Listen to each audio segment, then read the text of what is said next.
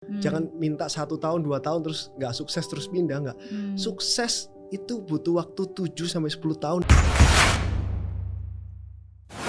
Tapi saya percaya bahwa di dalam hidup ini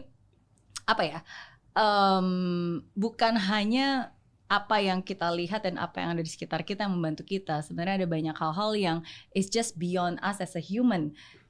We don't talk about religion, tapi misalnya hal-hal yang spiritual yang saya percaya itu pasti ada bantuan tangan Tuhan, apapun juga kepercayaan kita. I don't know, itu at least itu yang saya percaya ya. Kalau dari Andrew sendiri, pernah nggak sih ngalamin hal-hal seperti itu? Apa your most spiritual experience yang membekas dan selalu diingat? Spiritual ya? Kayaknya kok nggak ada ya saya. Kalau hal spiritual bagi saya kok nggak ada ya. Nggak tahu, mungkin belum merasa atau gimana ya.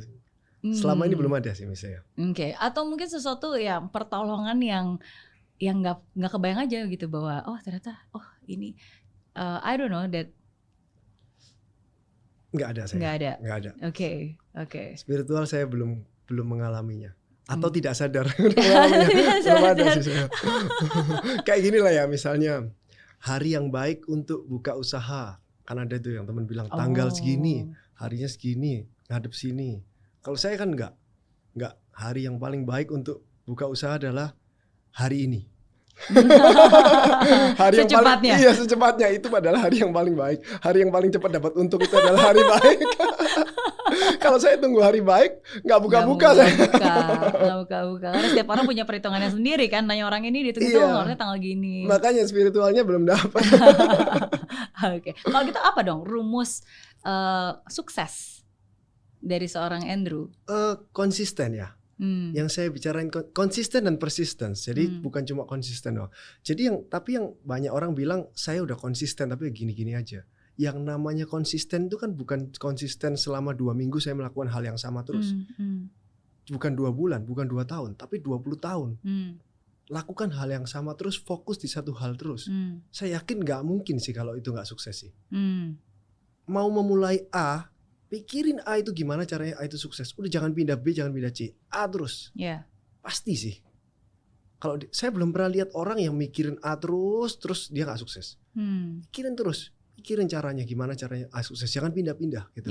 Fokus aja sih. Gitu. And you must give yourself a time ya. Karena kadang-kadang kan waktu itu penting ya. Maksudnya sometimes ini yang saya selalu percaya bahwa we overestimate what we can do in 1 year, tapi we underestimate what we can do in 10 years. Jadi kadang-kadang dalam 1 tahun maunya banyak hal gitu, tapi kan ternyata ada banyak hal yang mungkin tidak bisa dicapai hanya dalam waktu 1 tahun, butuh waktu. Oh iya, betul. Iya kan? Jadi kalau kita fokus misalnya jualan teh gitu ya, ini harus fokus jualan teh itu, jangan mikirin lainnya. Fokusnya jualan teh ini gimana, brandingnya, rasanya. Terus tiap hari mikirin itu dan lakukan itu. Jangan minta 1 tahun 2 tahun terus nggak sukses terus pindah, nggak.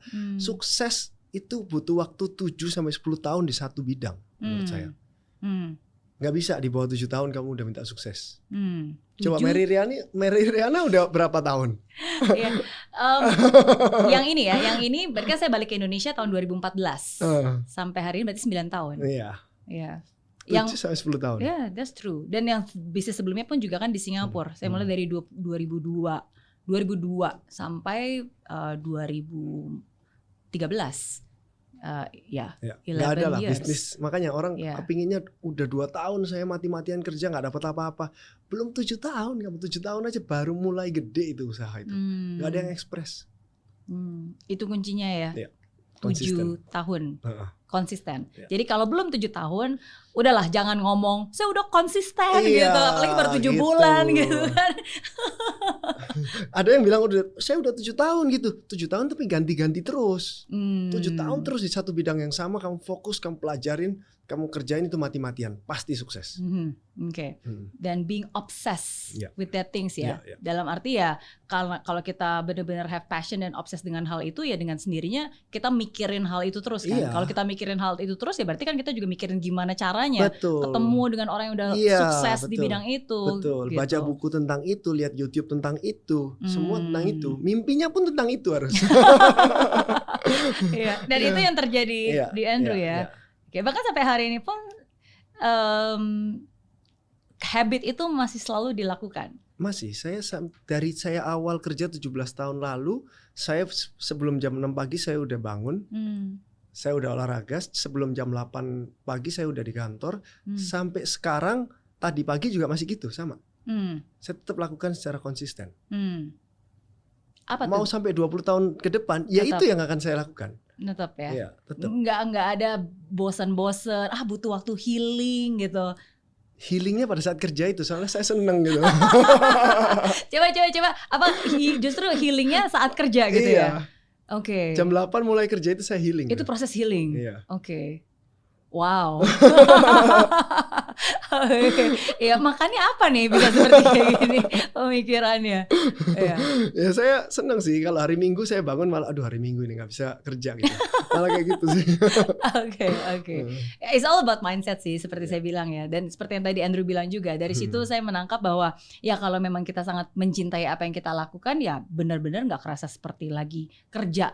Dalam arti kerja yang menderita ya. Actually you enjoy doing it kan. Iya. Bukan enjoy bidangnya ya. Saya enjoy karena saya memang harus kerja ya. Saya kerja fokus serius gitu loh. Kalau bisa milih, saya milihnya nggak begadaian kali. Iya, buat apa harus milih? Yang ada opportunity di depan itu, besarkan itulah. Jangan buang-buang waktu gitu loh. Untuk milih, misalnya milih suka apa ya, menyelamatkan hewan itu saya suka. Saya kan suka tuh hewan. Ya saya pengennya itu kalau bisa. Tapi kan opportunity di depan saya bukan itu. Yang apa yang ada itu saya fokus, saya gedein dulu gitu. Hobi itu nanti lah umur 40, 50 baru kamu jalanin hobi kamu. Iya. Menurut saya itu sih. Iya. Setuju, aku seneng kalau dengar hal yang seperti ini.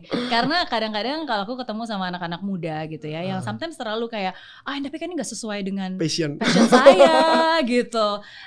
Saya selalu bilang itu bukannya passion ya, itu manja namanya. Karena ya sometimes di hidup ini, apalagi masih muda kan, ya kamu you are not very sure, bahkan dari mana kamu yakin bahwa itu adalah passion kamu gitu kan. Ini saatnya untuk bisa mencoba, dan yang paling penting adalah ya bertanggung jawab atas hidup kamu. Kalau misalnya kamu nggak kerja, pengangguran demi passion tapi masih makan uang dari orang tua, tinggal di rumah orang tua, itu kan manja, kamu nggak bertanggung jawab. Setuju sih.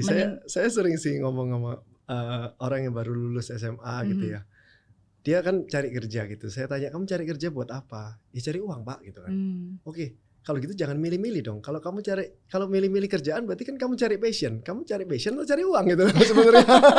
Kejar passion atau ngejar uang kamu gitu. Iya. Kalau ngejar uang ya apa yang ada di depan kamu, kerjaan apa, ambil fokus, tekuni itu sampai kamu naik jabatan yang sesuai yang kamu mau dong. Terus nanti kalau orang yang naik balik, emang nggak bisa dua-duanya Pak? Bisa, tapi kan apa yang ada di depan kamu itu jalani dulu gitu. Betul. Loh. Bisa dong, nanti begitu udah jalanin itu kamu fokus, kamu serius. Kan yang passion kamu itu gak harus hari ini. Betul. Boleh tahun depan, boleh 2 tahun lagi kan. Betul. Misalnya kamu suka main musik itu kan boleh main musiknya nanti 2 tahun lagi. Fokus dulu dong, ini cari kerja dulu untuk menghidupi diri kamu sendiri. Jangan ngomong hidupin orang tua dulu deh. Hidupin diri kamu sendiri supaya gak minta uang orang tua dulu deh. Setelah itu baru kamu ngejar passion kamu atau kamu kasih uang ke orang tua kamu gitu kan. Walaupun kerjaannya kamu gak suka loh.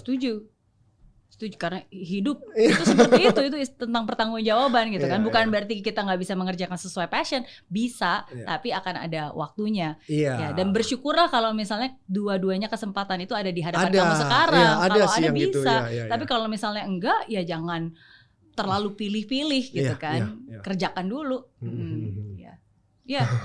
That's true. Sometimes setuju sih kalau tadi Andrew bilang ya, walaupun mungkin kita nggak suka bidangnya. Karena saya dulu juga beda kan, teknik elektro, terjunnya ke jasa keuangan gitu, bukan bidang yang dipikirkan saya. Tapi walaupun kita nggak suka bidangnya, masih ada banyak alasan lain untuk mencintai hal-hal di sekelilingnya. Kita bisa mencintai orang-orangnya, kita bisa mencintai hasil yang bisa kita hasilkan dari pekerjaan itu gitu kan. Jadi saya yang suka di bidang saya itu, saya lihat anak-anak muda yang umur 19-20 udah jadi leader. Karyawan saya umur 19-20 semangat kerjanya sangat tinggi, terus dia udah jadi leader, udah memimpin 25 orang, memimpin 100 orang masih umur 20. Terus energi dia gede, saya lihat itu saya senang. Kan gak harus bidang keuangannya, tapi saya lihat saya bisa membuat orang itu menjadi kayak gitu.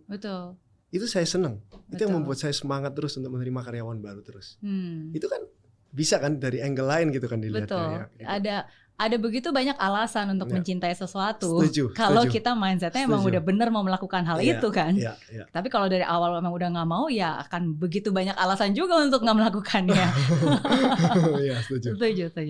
Selalu seneng bertukar pikiran dengan orang yang sejalan gitu.